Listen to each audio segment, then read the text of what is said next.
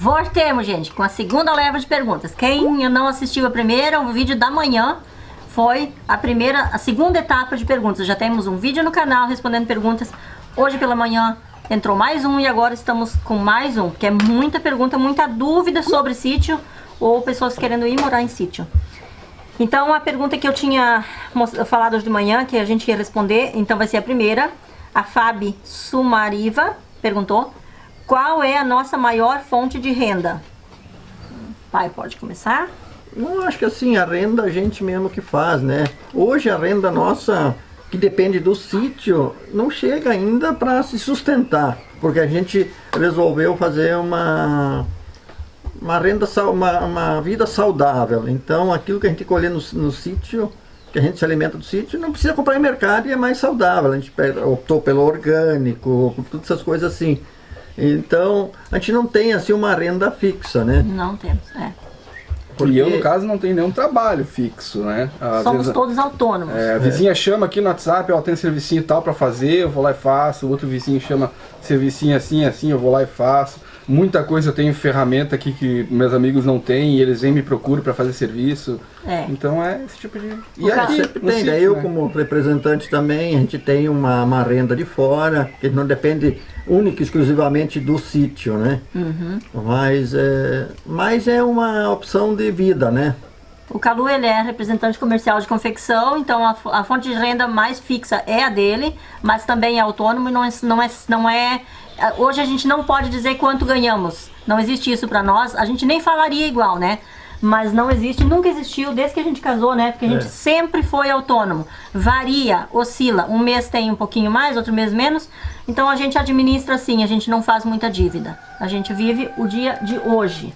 O Henrique dos Santos Rosa pergunta: como foi tirado os tocos de eucalipto? Na parte onde é que estão as frutas hoje, a gente não destocou.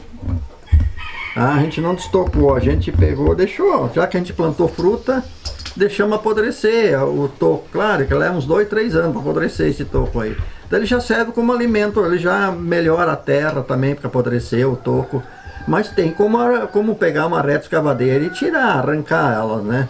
As retas escavadeiras arrancam em terra, em outro lugar. Se você precisa meio logo o espaço aí que vai te estrovar esse toco, aí você pode arrancar. Mas alguma coisa até nós tiremos, sabe? Mas muito pouco, a gente deixou. Foi tirado só na parte onde foi construída a casa. Foi construída, a gente estocou, porque aquilo era tudo mato, nós compramos literalmente um mato, né? E a gente estocou só onde que deu, que a gente precisava mesmo, o resto a gente foi deixando. Então não seria aquela coisa assim, tem que destocar. Não é necessário, se você não ocupar o espaço, não é necessário. Falando sobre a segurança no sítio, Ivone 3 Júlias perguntou, mas essa pergunta tem mais pessoas, então vou citar o nome dela, mas tem mais pessoas fazendo a mesma pergunta sobre segurança no sítio. Quer falar, André? Aqui no sítio a gente, na vizinhança aliás, a gente tem um grupo de WhatsApp, todo mundo fica meio atento, qualquer coisa que acontece já alguém chama a polícia, mas sim, interior é um pouco visado, sim, não dá pra negar, não pode ser hipócrita dizer que não, a gente mora no sítio aqui é 100% seguro, não, os vizinhos, muitos vizinhos têm porte de arma, muitos vizinhos aqui são policiais, inclusive, tem família de policial que mora aqui. Eu contei pelo menos uns 3. Tem policial morando logo aqui embaixo, bem pertinho, né? Então pra nós ainda é bem seguro. Ainda não aconteceu nada com os nossos vizinhos também, que a gente saiba de algum relato. Não, 7 anos morando aqui, vai pra 7 e nada. Às vezes aparece um carro suspeito, outro que a gente não conhece, mas até agora nunca... Aí todo mundo fica alerta por causa do grupo de WhatsApp que a gente tem, né? Então já logo um vizinho viu uma coisinha, já entra no grupo e já alerta todos os moradores. Então cada um já fica alerta, né? Ah, não, é um parente meu que tá vindo. Não, então tá beleza, aí já acalma tudo, né? Então tá todo mundo sempre alerta. E em conexão, né? Então isso é muito importante. E a gente ficar fora de noite, por exemplo, a gente sempre avisa os vizinhos, hoje de noite não vai ter ninguém aqui em casa. Os vizinhos sabem, então o que acontece? Eles ficam mais de olho, já ficam com os ouvidos bem antenados. A Luzica Souza perguntou, um alqueire são quantos metros? Pra ser bem a verdade, eu não sei como é que funciona o alqueire, né? Você tem que dar uma procuradinha no Google que eles explicam direitinho, né? Mas eu só tenho assim a metragem do hectare, justamente como perguntaram ali sobre o alqueire. Eu sei que eu vi uma pergunta que fala sobre quantos metros tem meio hectare. Meio hectare, o hectare tem 10 mil metros quadrados, então, né? Essa pergunta sobre o meio hectare, se é meio alqueire ou meio hectare, foi da Carmen Portela. Eu acho que essas perguntas entram tudo numa só, né? Nós temos meio hectare, com o alqueire eu sei que ele é a mais, mas eu não sei quanto a mais, né? Então, é meio hectare. Na realidade é 5 mil e quase 6 mil metros quadrados que a gente tem aí, né? Então não chega a ser um pouquinho mais de meio hectare. Qual o valor por hectare ou depende? Aqui na nossa região. Depende muito. Depende pessoal muito, que vem da localização, né? Pessoal que vem de uma capital, né? Capital é bem mais valorizado o preço do terreno, então aqui já vai mudar bastante. Aí alguém que sai do interior com uma base de preço bem diferente, interior bem fundão da grota mesmo, aí vai para a cidade ou lá para a capital, se assusta com o valor que é lá. Sim. A Kelly Yara perguntou quais os cuidados que temos para não aparecer cobras. Tem um gato. O gato, ele também espanta bastante as cobras. A gente sempre preservou também o lagarto, eu sei que aqui tem bastante o lagarto. Então, graças a isso, porque aqui na região tem muita cobra. Mas como a gente tem os animalzinhos que também ajudam a caçar as cobras, né? Então, o próprio gato, o lagarto. E tendo esses bichinhos, podem eles nem pegarem as cobras, mas eles já espantam as cobras, já espantam, né? Mas uma coisa bem interessante também é a limpeza. Tipo, a gente trabalha com alguma tábua, como o André faz bastante gaiolas, as tábuas, e agora até não dá porque a máquina está no tripé, mas a gente não deixa nenhuma tábua no chão. Elas estão tudo acima do chão, né? Tem aqui em cima também, e as cobras não vêm aqui em cima, nunca vêm, talvez porque é quente, não Tentar sei. deixar tudo sempre, quando empilhar, mais compacto possível, para não dar muita brecha para elas ficar dentro. Ficar de olho nos porão, porque tem que manter sempre limpeza, cheiro agradável, porque se deixar um lugar lá que é... Acúmulos, né? Essas coisas acumuladas, jogadas, né? Não dá. Elas vão catar pilha de madeira e coisa arada com isso crescendo em cima. É certo. Isso alto também, tem que cuidar, vai fazer limpeza, entra de bota. Mas elas são, que nós estamos no habitat deles, então a gente tem que ter o cuidado para não ser picado por elas, né? E elas também são sobreviventes, elas são sobreviventes, elas têm que estar aqui como elas têm o papel delas no meio ambiente, elas vão lá, se falta cobra no bioma, sobra sapo, entendeu? E aí qual outro predador que tem pro sapo? Aí é complicado, tem que manter, tem que tomar cuidado, afastar, tocar, né? Tem gente que, né, prefere outros meios, mas eu acho que tocar ela já é o suficiente, porque ela já vai aprender que ali é um lugar que ela não deve vir, entendeu? A Rosana Canelas perguntou o tamanho para que uma família sobreviva e quantidade de reserva florestal. Ela quis saber o tamanho de um espaço de terra para que uma família sobreviva daquilo, da terra. É uma pergunta bem complicada para responder, porque nós não somos colonos que sobrevivemos daquilo que a gente colhe. O nosso sítio é pequeno, não tem como sobreviver ainda, talvez um dia, né?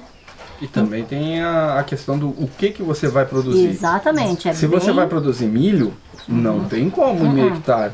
Mas se vai produzir morango, que está R$17 o quilo, aí dá. Aí fazer um viveiro de mudas, por exemplo, mudas de flores, de hortaliças, num espaço como o nosso, daria para fazer se nós tivesse verba para investir naquilo, né? Então, é tudo... Os prós e os contras que tem que ser analisado para responder essa pergunta, né? Depende muito do que você vai querer produzir. Tudo depende do que você vai fazer, né? A Áurea Vieira perguntou, como planejamos plantar as nossas variedades? Olha, nem foi muito um planejamento, né? A gente veio com aquela ideia fixa de que a gente queria ter o máximo de variedades possível de frutas, hortaliças, verduras, flores e animais. essas 5 coisas precisam viver em harmonia, como esse bichinho que tá na mão do André, na jaqueta dele. Cara agora. Quase na cara dele. Assim, ó, o pessoal vai pro interior, conheça o bicho. Conheça os bichos, estuda a biologia do lugar, né? Ah, eu vi aquele bichinho, o que é aquilo? Vai lá, pesquisa, folha, ou baixa, hoje em dia ninguém mais folha, né? Porque às vezes estão matando um bicho pau, um insetinho aqui que não morde ninguém, ela come folha, não faz mal pra ninguém. Tá ali, dá pra brincar com ele e o pessoal vai lá e mata. O Mad, que é uma ruga, vai me queimar. Mad não faz nada. É só um bichinho que vai virar uma borboletinha amanhã depois, sabe? Então a gente tá assim continuamos buscando variedades de flores, frutas e animais, porque por mais que alguns animais vivem presos, porque a gente não pode soltar todos, eu já expliquei 1000 vezes e vou continuar explicando, né, nos vídeos. As flores, elas atraem todos os insetos que a gente precisa para ter o controle daqueles, tipo bichinho da goiaba, tipo, né, esse tipo de coisa, né? Então a gente não usa nenhum repelente, nenhum inseticida. É o que eu tava tanto martelando, eu tô incomodando nesse assunto de bioma, porque o bioma, quando tá saudável, um controla o outro. Não vai ter muito gafanhoto onde tem bastante passarinho, não vai ter muita ruga, muita borboleta onde tem o sabiá, os bichinhos que vão estar comendo, sabe? Esse controle, né?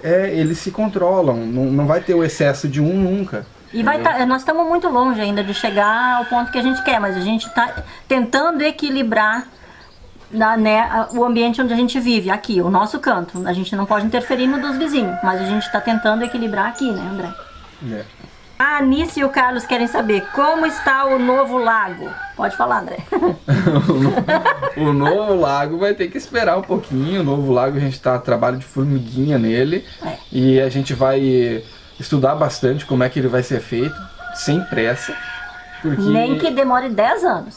Porque ele é grande e a gente não quer ter que estar fazendo retrabalho depois que já está a água ali, né? Foi um investimento, o primeiro passo de formiguinha que a gente deu para um futuro que talvez seja distante, mas a gente, como o André falou, um sonho. Para ele começar a brotar, ainda tem que cavar muito a fundo para chegar nas pedras e tal. Aí ele ia começar a brotar, mas a gente tá pensando na opção de começar a trabalhar ele assim, como ele tá agora, provavelmente com algum material que vocês vão ver depois. Esse é um assunto que vai longe ainda. Então assim, a Nilda Tavares perguntou: como faço para as abelhas não devorarem as jabuticabas antes de mim? Ela perguntou. Isso é fácil. Come as jabuticabas antes delas. A pergunta a gente já está respondendo, se você se ligou, Nilda, a gente já está respondendo desde o começo e estávamos nela agora mesmo. É a biologia. Mas assim, se você tem bastante flor, também. Elas não vão dar muita moral pra fruta, elas vão na flor. Elas vão dar preferência pro pólen, que dá mais mel, né? Entenderam por que eu estou fazendo meus canteiros nos pés das frutas? Se a fruta, por exemplo, a jabuticaba é um pé pequeno, aí tá bem carregado, coisa assim, tira aquelas frutas mais velhas, que estão ficando velhas, porque elas vão começar a ir nas frutas velhas, elas começam a partir, elas começam a furar as frutas um pouco mais velhas. Se você tirar elas, as mais velhas, não vai dar chance para eles ficar furando. Então, às vezes, não chegam, né, a estragar tantas frutas, né? A Anice e o Carlos também perguntaram quantas gaiolas de galinha nós temos. Gente, acho que para responder essa pergunta eu tenho que sair fazendo um tour agora. Cada dia tem mais 2? Tem muita, gente. Conforme a necessidade a gente vai construindo, vai fazendo, né? Tem galinha solta, não solta aqui. Temos o espaço delas, que são soltas, mas lá nos fundos, né? Mas é um reservado bem grande. A gente já mostrou em vários vídeos, né? E tem várias gaiolas, mas eu acho que deve ter assim umas 10. De galinha, só de galinha? Galinha, pintinho, acho que conta tudo. Tem umas 10, eu acho. Pelo menos. Porque varia das espécies, das idades, né? Tudo. Desde que nasce, a gente vai tendo as gaiolas individuais para eles, né? E eles perguntaram também como conseguimos eliminar ou diminuir as formigas. Observação, gente. Sai de casa de noite com a lanterninha, procura elas, acha o trilho, acompanha o trilho. Daí tu acha o ninho e daí tu pode agir em cima delas. Mas tem que ser com observação. Não tem outro jeito, eu acho. Existe 2 tipos de formiga cortadeira. Existe a diurna e a noturna. Então a noturna tu não enxerga, tu só vai ver elas de noite. Tu só vê o pé pelado no outro dia, mas tu não sabe onde é que elas estão. Aí de noite elas fazem o trilho delas, tu acha o trilho, tu pode botar até no trilho. A gente usa produtos daí, né, pra daí não pra tem jeito. exterminar, não Formiga tem como. cortadeira, já tentei de tudo, já botei fibra nos pés das plantas, ajuda um pouco, mas não resolve. E aí, como a gente tem... Aí depende também da região, de onde está localizado a sua residência, a sua horta, ou suas plantas, né? Aqui, como nós estamos com matos de eucalipto rodeando nós, isso é muita formiga, isso se cria muita formiga. Eliminar, então a gente é não consegue bem eliminar, complicado, né? A gente não consegue eliminar, mas a gente consegue diminuir bastante, sabe? E tem que cuidar bastante com as formigas, porque assim, essas noturnas principalmente, geralmente a gente não percebe elas. Aí de noite elas estão roubando milho, elas estão roubando ração de cachorro. Porque elas levam tudo que tem. E fazem limpa. Se teu cachorro não comeu tudo e sobrou ali um punhadinho, elas se juntam entre 6 para carregar uma ração grandona e carregam. E leva embora. Leva tudo embora. Nem enxerga, leva tudo embora. Sim. Acho que o cachorro comeu tudo, ele tá lá deixando no prato, tá perdendo a ração Para as formigas. pra formiga. Aí a Michele perguntou assim, ó, vocês comercializam as hortaliças e demais produtos que cultivam? Não, não é o nosso intuito de vender, de comercializar. A gente doa para nossa família, né, aquilo que sobra, e a gente divide com os nossos animais, porque para reduzir um pouco o valor no gasto de alimentos e para eles não se alimentar só com produtos comercializados, né, e química, porque vem química dentro, né? Às vezes tem muito Conservante. ovo, vai um pouco pra farinha Sim. dos pintinhos, entendeu? E por aí vai. Sim, as frutas, as sementes das frutas, principalmente, é fibra pura, né? Todas elas, o que faz bem para nós, faz bem para os animais. Claro que tem algumas coisas que são restritas para coelho, para cachorro, né? Mas os cachorros comem fruta, meu Deus, comem as plantinhas de chá, né? O coelhinho lá, o seu coelho é apaixonado pelo Physalis. Olha, ó. Coisa linda é dar um Physalis pra ele, a alegria do bichinho. Sim. E daí, então é assim que funciona, gente. Nós não vendemos nada, mas se tivéssemos necessidade, sim, venderíamos. Teria como vender, porque tem a feira do produtor nas terças, se não me engano, aqui, e no sábado de manhã. A gente poderia ter uma banca lá e vender, se quisesse. Então, gente, nós vamos encerrar aqui esse vídeo, essa terceira etapa, mas ficou muitas perguntas ainda para responder, e a gente vai fazer daqui a um mês, talvez, daqui uns 15 dias, um mês, mais uma rodada de perguntas e respostas, né? E continuem mandando também suas perguntas, porque é difícil de responder ali nos comentários tudo, né? Então assim, pessoalmente, é bem melhor, né? Ainda mais entre 3, né? E de vez em quando vai ter algumas perguntas que vão... alguns vídeos baseados em perguntas. Né? Isso, nós vamos fazer vários vídeos baseados em perguntas, que é muito importante. Porque daí a gente mostra o local, né? Ah, assim foi e tal. Muito legal isso. Continue interagindo, né? Tamo junto. Cuide até mais, então. Não vamos matar Deixa o um bichinho que não like precisa pra matar. Falando nisso, meu sumiu aqui, tem que cuidar pra não me mexer muito brusco. É capaz dele entrar dentro da tua jaqueta, É capaz. né? Tá na touca? Tá na touca. Ah, tá em cima da cabeça, olha lá. Olha que legal. Isso é interagir com a natureza. Interagem com os bichos, só tomem cuidado, né? Não vão estar metendo a mão nos escorpião aí. Exatamente, porque o André, quando era criança, agora eu vou só me estender um minutinho. Quando era criança, ele pegava pauzinho, caneta, alguma coisa, e ia onde tinha tijolos com furo, aqueles tijolos, a construção com furo, né? E se ele via que tinha uma aranha lá dentro, ele ia lá cutucar ela, pra ela vir pra fora caminhando em cima, sabe? Bom, enfim, né? Sem comentários. Até o próximo vídeo. Tchau, tchau. Né, gente?